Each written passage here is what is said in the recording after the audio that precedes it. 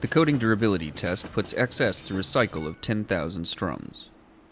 Through the lens of a microscope, it is clear that XS retains its composition better than other coated strings. Testing complete.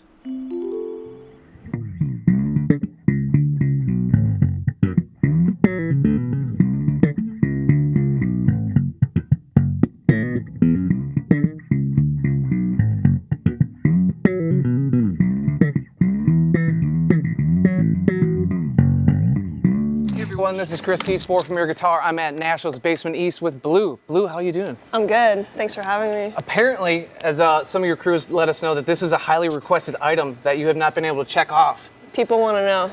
The rig rundown is happening. It's happening. I'm so honored. So before we get into the gear, I think it's awesome it'd be good for our audience to know kind of your backstory. Yeah. Obviously, I kind of came to fame through TikTok, obviously that, but I think the coolest part is that you were an attendee of School of Rock, and that's where True. you really got going. True. But tell me about how that all happened to lead you to where we're at today, and you kind of taken over the world. Totally. Well, I started playing bass when I was 7. That was because my brother, who plays drums, cool. with me in the band, yeah, he was playing drums at the time, and I wanted to play an instrument, and I was like, guitar is mainstream, or guitar. I just saw a lot of guitar around, and I didn't see the bass as much, and I thought it was unique and like rare, especially as a girl. Or that's what I think. Yeah. I thought when I was 7. That's how the story goes. But yeah, so I picked up the bass, just fell in love with it. Yeah, passion took over, just kept running with it. And yeah, I did this program called School of Rock, where like every season you would like pick a band, learn all the songs, and then do like a kind of tribute show at the end of the semester. What were your semester bands? So my first one was Rolling Stones. So I Bill had really Wyman? good taste as like an 8-year-old. I Yeah, was like, Bill I was, Wyman? I was like killing it. My taste was on par. Yeah, I did Rolling Stones. I did Led Zeppelin. I did Bowie. I did Prince. Wow. Okay. So yeah, so I got into all the that's a classics. crash course. Super crash course. Yeah, really early, and that's kind of where I learned how to play, just by learning other songs, like cover songs. And then yeah, I started playing bass for artists and kind of like touring with different artists when I was like 17, 18, but always playing in bands growing up in New York City and kind of just taking every single gig. Then I started like DJing a lot, and I would like bring my bass to my DJ sets and like shred over my DJ sets. What made you think to do that? Because that is such a cool incorporation of both those kind of worlds. Yeah, I kind of just did it. I was like, well, I was just like, it's all music. Like I just got really into DJing when I was like 17, and I saw a lot of people like saxophone or trumpet over DJ sets was kind of a thing, and I hadn't really seen bass. Yeah. And I was like, bass is fire. Like it should feel awesome also in a club because of like the low frequency. Like it just should feel really good. And I did it my first DJ set, and people liked it, and I thought it was more fun. And I got way better at improvising by doing that as well. Do you think that's what kind of like steamrolled you into how you kind of did the TikTok thing about playing over top of songs and like what you would interpret? Yeah, totally. Like thinking back, like what I was doing at like the clubs, like DJing over, just like playing my own bass lines over pop songs is basically what I was doing on TikTok during the pandemic, which is kind of like making up my own parts over pop songs or like the trending songs. So yeah, it kind of all went in well. And then I started like making my own music during that whole time too, because I was like, and then I started singing and started producing and all that stuff. So it's kind of all meshed in together. I think the way that you came into my orbit was through the Fender Player Plus session. Sick. You did like the I think it was like the Fender Player jazz P combination. Yeah. And then also I saw you on Saturday Night Live with Bleachers, Oh, Jack. sick. And then I think even with Chromios, fire. So that's like kind of like all of what happened. I'm like, I had to reverse engineer, and then I learned about your TikTok backstory that way. Okay, sick. And then so tell me about the collaboration you did with Fender, because this is a special instrument I know here. Yeah, totally. Yeah, Fender, I love those guys. I've been, like working with them, had a relationship with them since I was 17, actually. They sent me my first bass, which is this one over here. Cool. This we'll is like get to that. Yeah, we'll get to it. It was the first bass they ever sent me.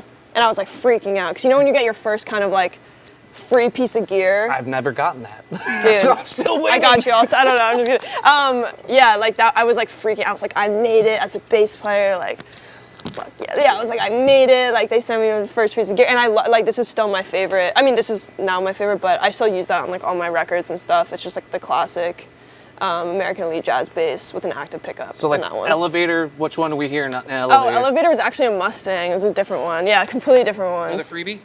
No, it was at the studio that I made it at. They had one, and I just like kind of did it. Yeah, sometimes when I'm like writing music, I'll like to write on like instruments that they have at the studio if I'm at like a producer's house or something, because it's more, I don't know, I get like inspired by different instruments I pick up, if that makes sense. Absolutely. Yeah, like sometimes like if I pick this up, I'll just like play the same thing, but if I pick up something else that I'm not used to, it'll like inspire a different type of feel. But yeah, so that was the first bass that Fender ever sent me. And then I just got really into jazz basses when I started learning how to like slap and do like funkier lines.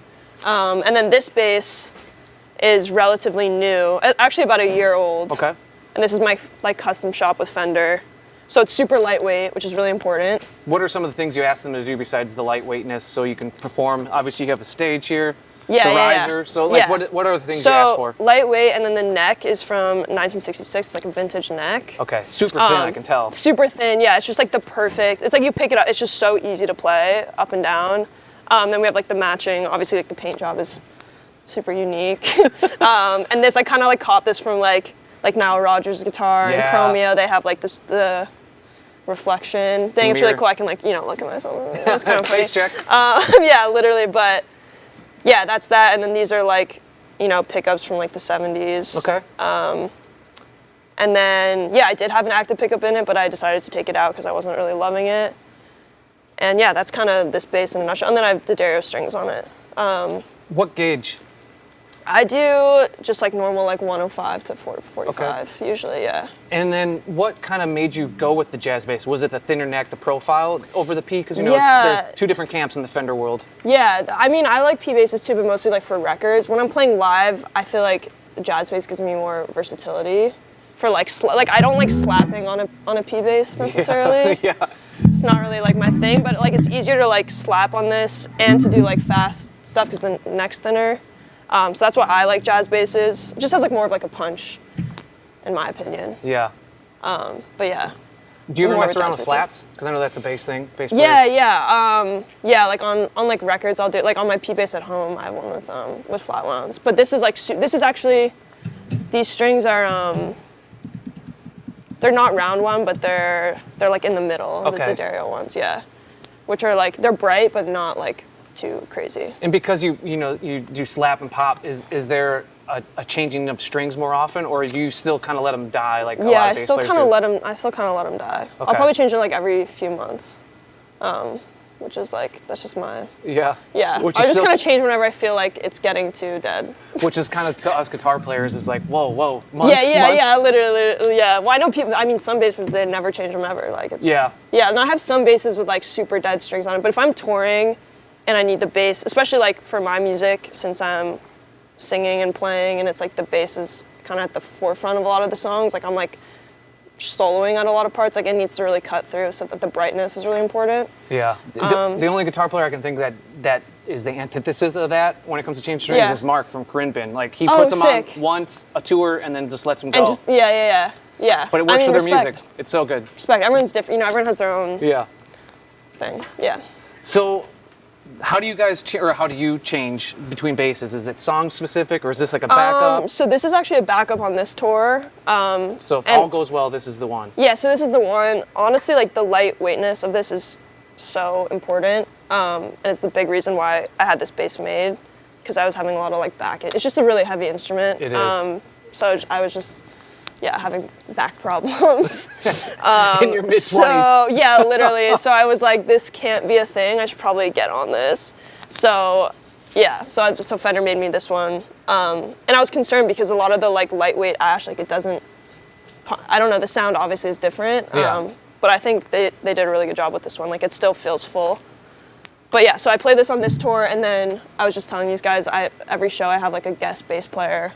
Which is so rad. It's so fun. And it's been really cool. Like we've had like 12-year-old kids like come up, and they're so good. Like people are so good these days. Yeah. Like I'm like, I feel so old because these kids come up and they're like shredding, and I'm like, oh my god. And I'm like playing with it's sick. But yeah, so this is. That's how I feel about sitting next to you. No. You're so badass. No. I'm just like so old. No. But like, yeah, I don't know. But yeah, so we've had like some really cool players. How do you pick? Is it a I pre-show usually thing, or do you just literally? No, I kind of just I just say raise your hand if you play bass, and then I pick someone. But sometimes, yeah, it's been fun, and then I'll play a little bit with them too. But yeah, so this is like the guest bass we have for. I mean, I can play a little bit of that one too if you guys want to just hear it. Yeah. Let's give it some love. Yeah, it's been a long time, friend. Yeah, it's a good one. I mean, it's just classic. I don't know if it's in tune, but yeah, we'll see. This is like a small.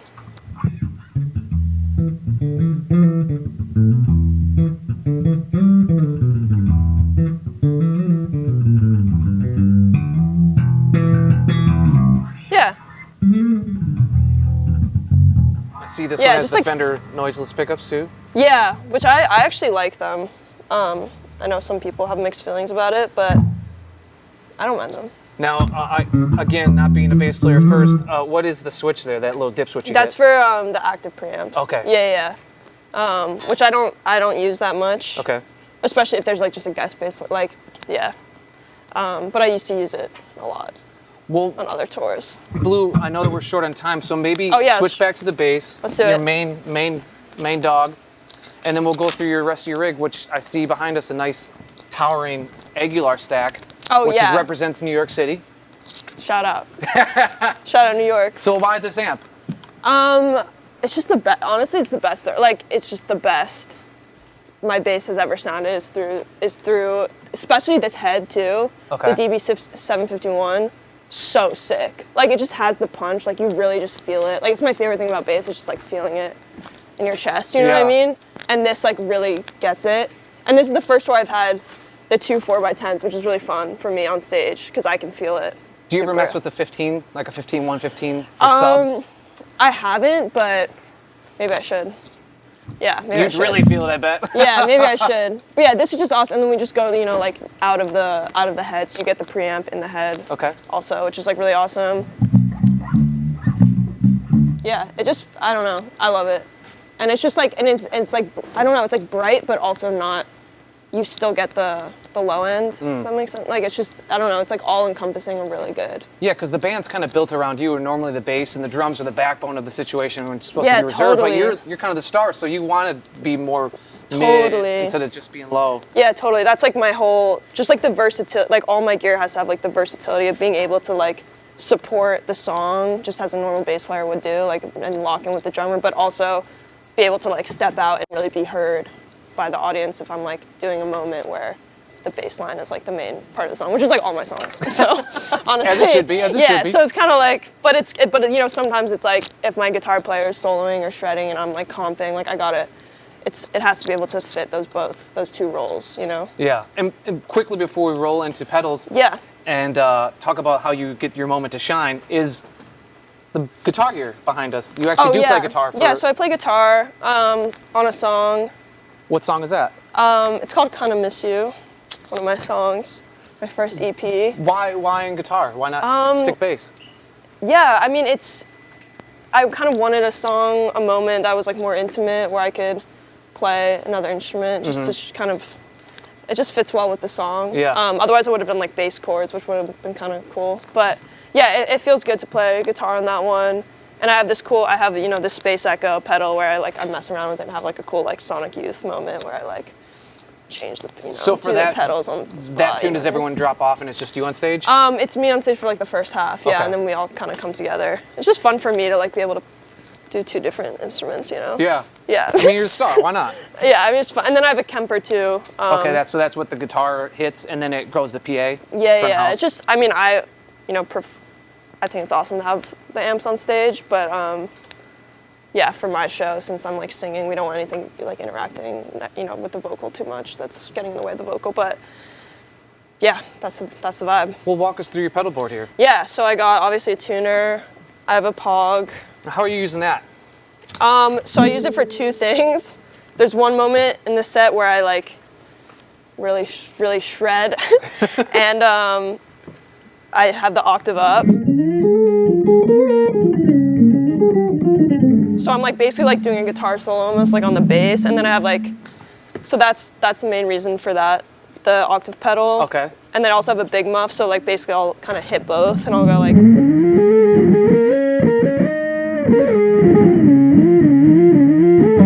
know what I mean? Yeah. Yeah. like stuff like that, so I can really like pretend like I'm a guitar player for like 2 seconds. But on bass, it's really cool. I think it's cool. And then, and I also have a moment where I have it as like a sub octave. Where I So use you'll it just switch the settings? Yeah, I'll switch the settings in Okay. the middle of the show, where I'll just have it as a sub octave, and it's a cool effect and kind of like changes the vibe for a quick second. So yeah, that. And then I have the big muff, obviously, for a lot of moments, just to get the crunch in there. Classic. And is that a guitar big muff, sorry, or is No, that it's a bass big okay. muff. Yeah, it's my favorite distortion. It's so sick, and it's just simple. Like I don't like crazy I just haven't gotten to that era of using a lot of crazy pedals yet, especially for live. Like I just love the sound of like clean bass tone. So I'll only have these for some specific moments. Like I think the big muff is just classic, and a distortion is needed. But like I don't have much. You know, the Pog I use for like 1-2 moments in the whole entire show, and then this is for one song. This the Earthquaker Devices, which are really sick pedals. I love all the Earthquaker Devices pedals. And for one song,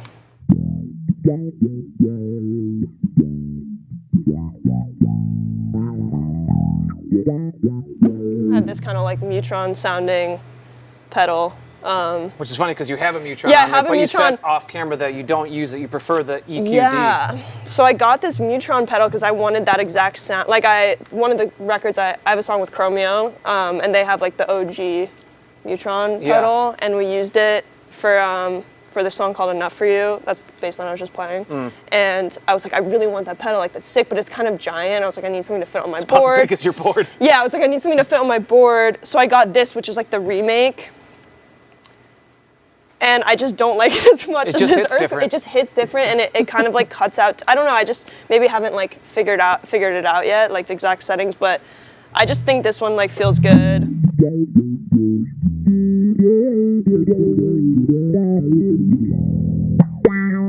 It's just like cool. I don't know. It's very vocal the way that. Yeah, and like I notes. like the. You know, if you hit it harder, obviously it opens up more. You know, you get all that like sort of, and it's literally 3 knobs. Like I just like simple. Yeah. I don't want too much. You know what I mean? And then I have a chorus for like literally 1 moment in the set. You know, so. And there's a Space Echo just dedicated to the guitar? Yeah. Okay. Yeah, it's the car, but it's on my bass pedal board, so make it easy. But yeah, literally like I don't have like a compression pedal or anything. Like I just clean. Why no pure- compression? I. Especially for the snap and the pop and. Yeah, I mean, I in the house did it. Like my, okay. you know, audio engineer adds it. But I think for me, like on stage and in my ears, like I just want to hear exactly what I'm playing. Yeah. You know what I mean? Like I don't want anything.